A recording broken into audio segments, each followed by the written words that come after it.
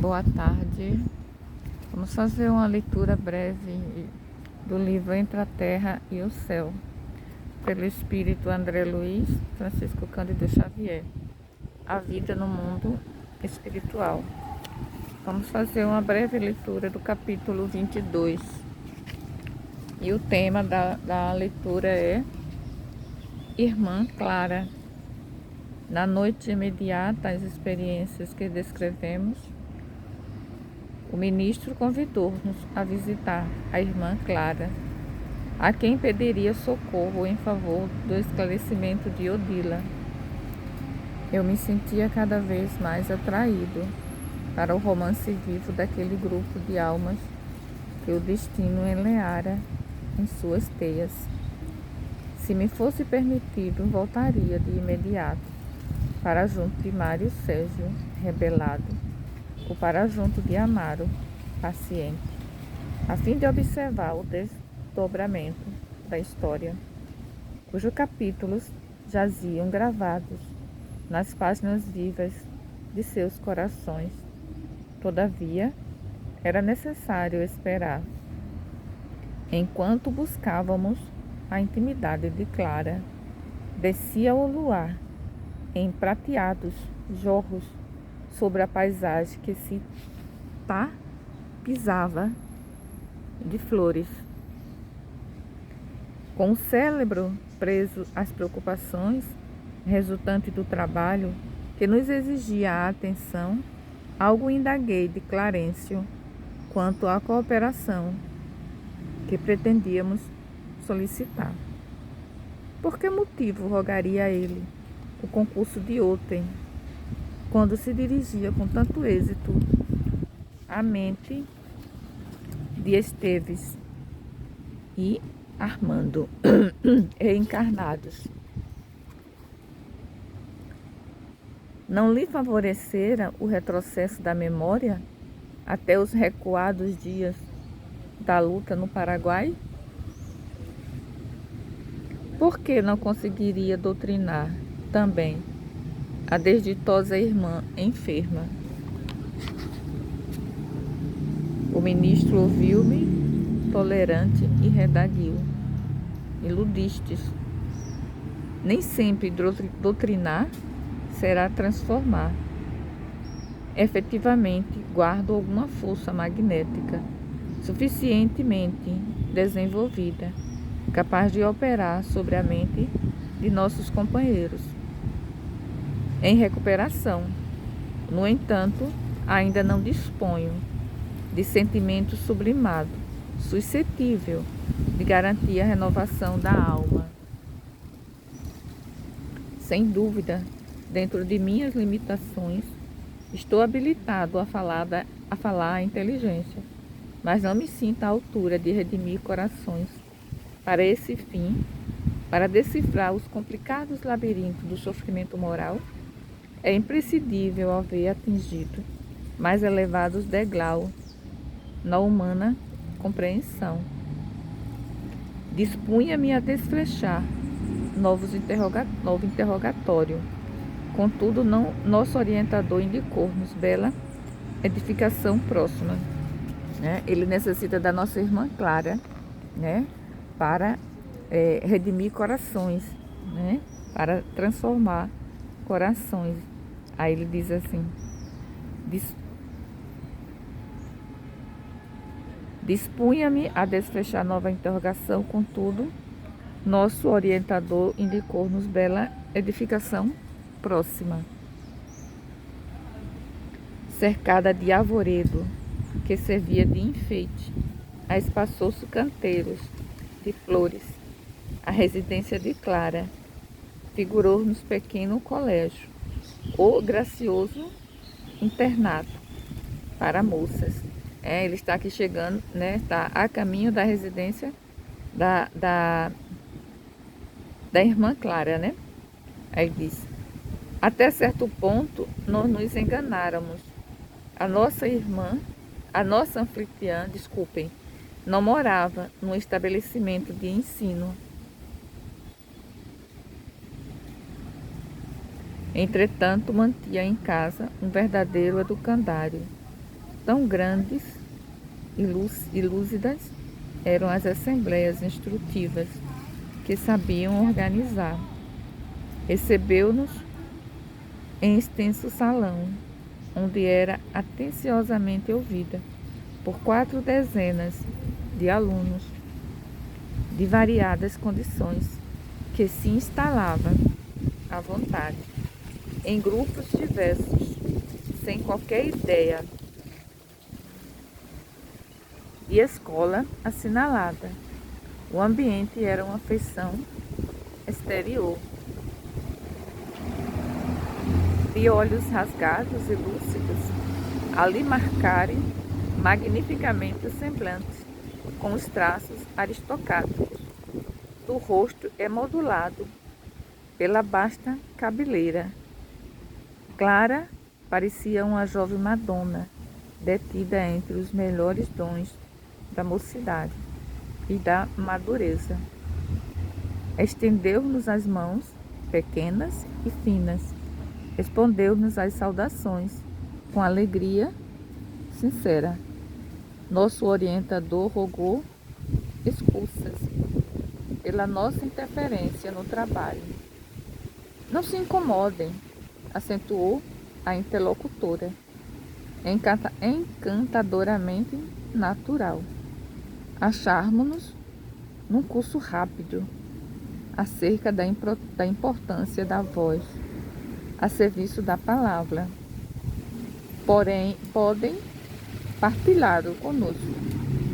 Nossa aula é uma simples conversação, né? E esse curso de palavras é uma simples conversação, né? Fitando bondosamente o ministro, rematou. Sentem-se. Sou eu quem pede perdão por fazê-los esperar mais um pouco. Em breves instantes, todavia, estaremos em nosso entendimento mais íntimo. E voltando à portona,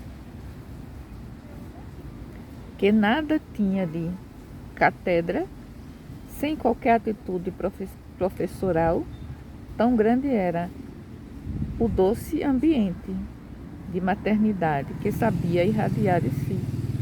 Começou a dizer para os aprendizes, conforme estudamos na noite de hoje, a palavra, qualquer que ela seja, surge variavelmente dotada de energias elétricas específicas, libertando raios de natureza dinâmica. A mente, como não ignoramos, é o ensejo gerador de força, através dos fios positivos e negativos do sentimento e do pensamento, produzindo o verbo que é sempre uma descarga eletromagnética regulada pela voz. Por isso mesmo, em todos os nossos campos de atividade, a voz nos tornaliza a exteriorização, reclamando apuro de vida interior, de vez que a palavra, depois do impulso mental, vive na base da criação. É por ela que os homens se aproximam e se ajustam para o serviço que lhes compete, e pela voz o trabalho pode ser favorecido ou retardado no espaço e no tempo, dentro da pausa ligeira que se fizer espontânea. Simpática senhora interrogou: mas para que tenhamos a solução do problema, é indispensável jamais nos encolarizarmos? Ela faz uma indagação, né? Jesus, me ajuda, fechei a página.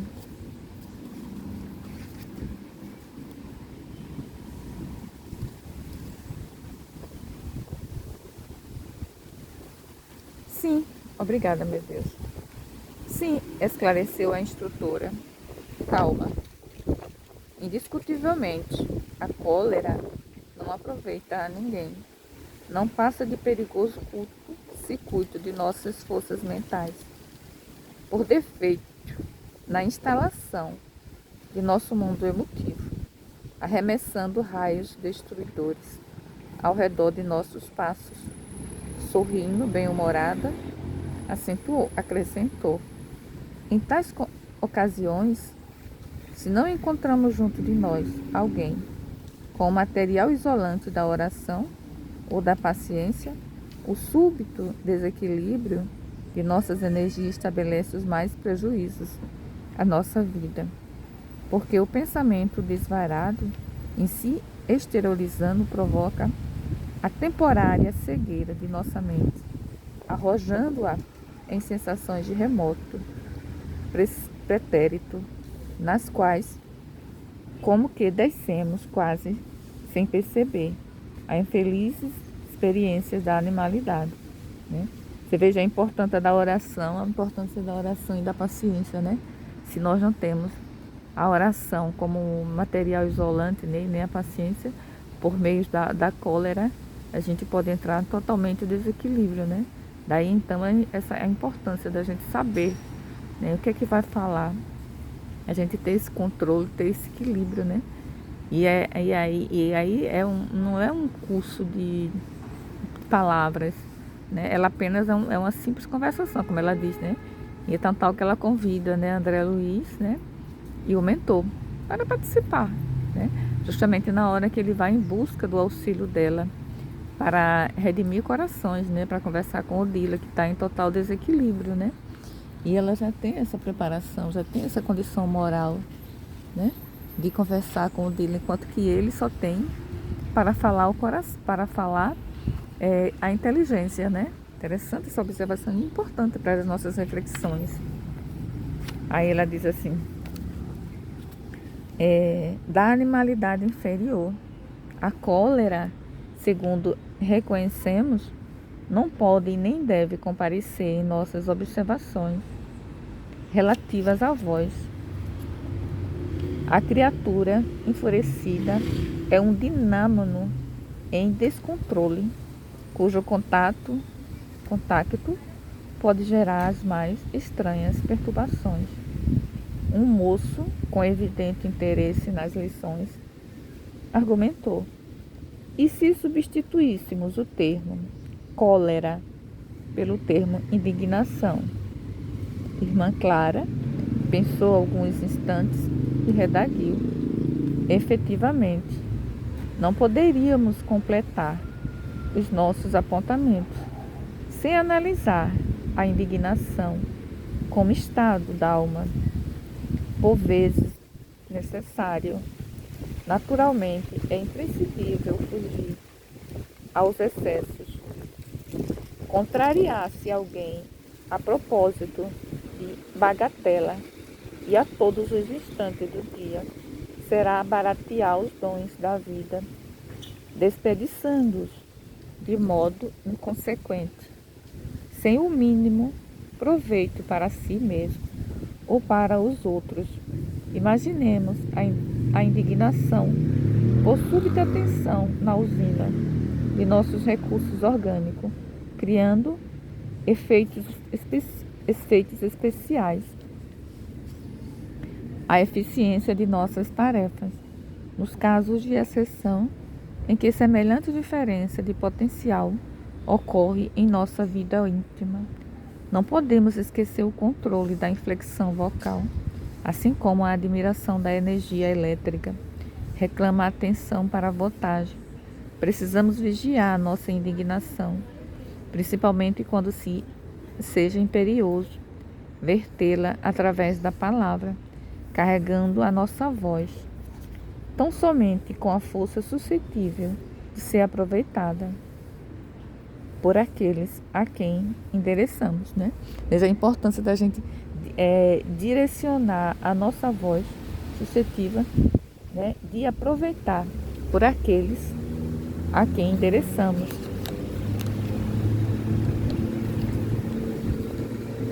Carga de nossos sentimentos.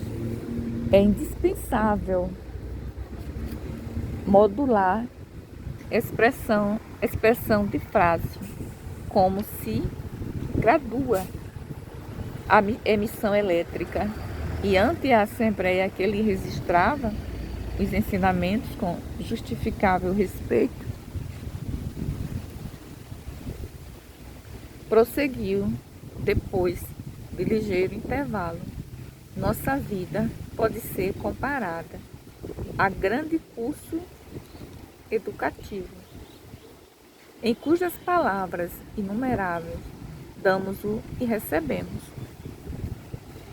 em cujas classes inumeráveis damos e recebemos, ajudamos e somos ajudados. A serenidade em todas as circunstâncias será sempre a nossa melhor conselheira. Mas, em alguns aspectos de nossa luta, a indignação é necessária para marcar a nossa repulsa contra os atos deliberados de rebelião entre as leis do Senhor. Essa elevada atenção de espírito, porém, nunca deve arrojar-se à violência e jamais deve perder a dignidade de que fomos investidos, recebendo da divina confiança a graça do conhecimento superior.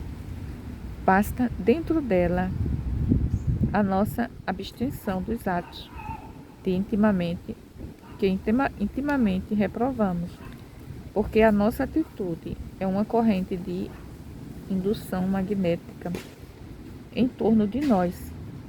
Quem simpatiza conosco geralmente faz aquilo que nos vê fazer. Quem simpatiza conosco geralmente faz aquilo que nos vemos fazer. No exemplo, né?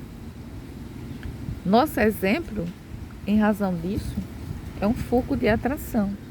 Precisamos, assim, de muita cautela com a palavra, nos momentos de tensão alta do nosso mundo emotivo, a fim de que a nossa voz não se desmande em gritos selvagens ou em considerações cruéis, que não passam de choques mortíferos que infligimos aos outros, semeando espinheiros de antipatia e revolta que nos prejudicarão a própria tarefa.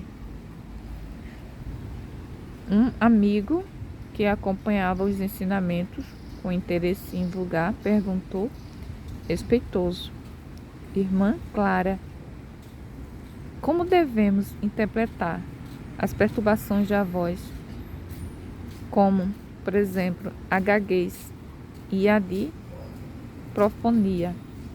Sem dúvida, informou a interlocutora solicita.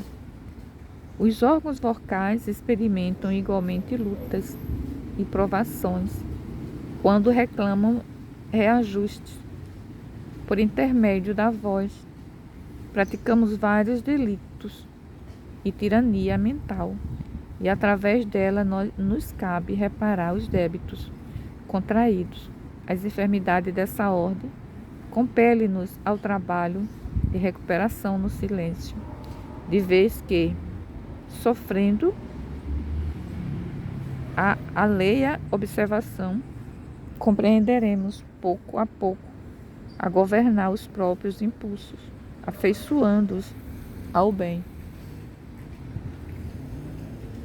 A orientadora, que falava com absoluta simplicidade e a maneira de um anjo maternal, dirigindo-se aos filhos, comentou: ainda por alguns minutos, o tema singular, com surpreendente primor de definição.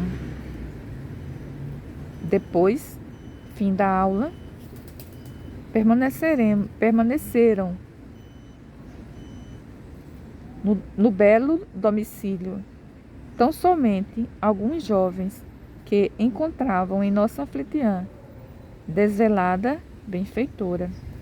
Clara convidou-nos a pequena peça contígua e o ministro deu-lhe a conhecer o objetivo de nossa visitação. Alguém na terra precisava ouvi-la, a fim de modificar-se. A interlocutora perguntou, com carinho, quanto às particularidades do serviço. que pretendíamos realizar. Clarencio resumiu o drama que nos empolgava a atenção. Quando se inteirou de que a amargurada mulher devia renunciar ao companheiro que permanecia na terra, vimos imensa compaixão se lhe estampar no rosto. Seus olhos enevoaram-se de lágrimas que não chegaram a cair. Compreendi que a nobre instrutora auleorada de soberanos valores morais trazia consigo profundas mágoas e manifestas. Certamente buscávamos reconforto para um coração infeliz, no coração que talvez estivesse padecendo ainda mais. Pobre criatura, disse a interlocutora comovida, e afirmando, com tempo bastante para ausentar-se, acolheu-nos o apelo e dispôs-se a seguir-nos generosamente. Aqui nós vemos a importância, né, de você saber usar a palavra, né, porque com a palavra nós damos e recebemos, ajudamos e somos ajudados, né, como ela diz aqui, né. E André Luiz e Clarencio, quando chega para falar com ela, né, encontra ela em uma sala de aula, né, com alguns alunos, né, e ela diz que não é uma aula, não é um curso, é uma simples conversação, né, e é dessa simples conversação que ela vai orientando aqueles aprendizes, né, aqueles alunos, né, que ali residem no seu lar, né, e que ela vai ali conversando, vai orientando, né, e que André Luiz, no meu entender, e Clarencio, né, se aproveita da oportunidade para também absorver, né, porque é de grande importância, né, é tão tal que ela, né, como ele diz aqui, né, ela já tem, como é que se diz assim, ele tem forças magnéticas suficientemente desenvolvidas, né, para falar, né, a inteligência, né, mas ele não tem as palavras suficientes, né, para penetrar o coração, para transformar corações, né. É tão tal que a Odila, que se encontra ali em total desequilíbrio, é ela, com as suas palavras, né, com o seu coração, né, transformado, né, que vai fazer com que é ela que vai tocar com as suas palavras, com o seu amor, né, vai tocar o coração de Odila. E é por meio dessa, por isso que Clarencio vai ao encontro dela, né? É muito importante essa, porque não basta só falar, é você saber usar as palavras, saber o que vai dizer e já ter, né, esse coração sublimado, né? Porque ele diz que ela ainda não dispõe de sentimentos sublimados, né? Suscetível de garantir a renovação da alma, né? E no entanto, a nossa irmã Clara, ela já tem esse coração sublimado, né, capaz de renovar a alma. E é justamente a alma da Odila que ela vai renovar com essas palavras, né, com esses sentimentos sublimados, né. Daí a importância da leitura, é muito importante a gente ler esse livro, ou esse capítulo e refletir, né? Então eu achei de suma importância fazer uma leitura breve, né? Porque é uma leitura breve, né? Isso é um livro para um estudo, tem muita coisa para a gente extrair daqui. Mas só de você ouvir, né? Sentir vontade de ler, meditar, pesquisar e refletir no nosso dia a dia é muito importante, né? E a gente saber usar a palavra na hora certa.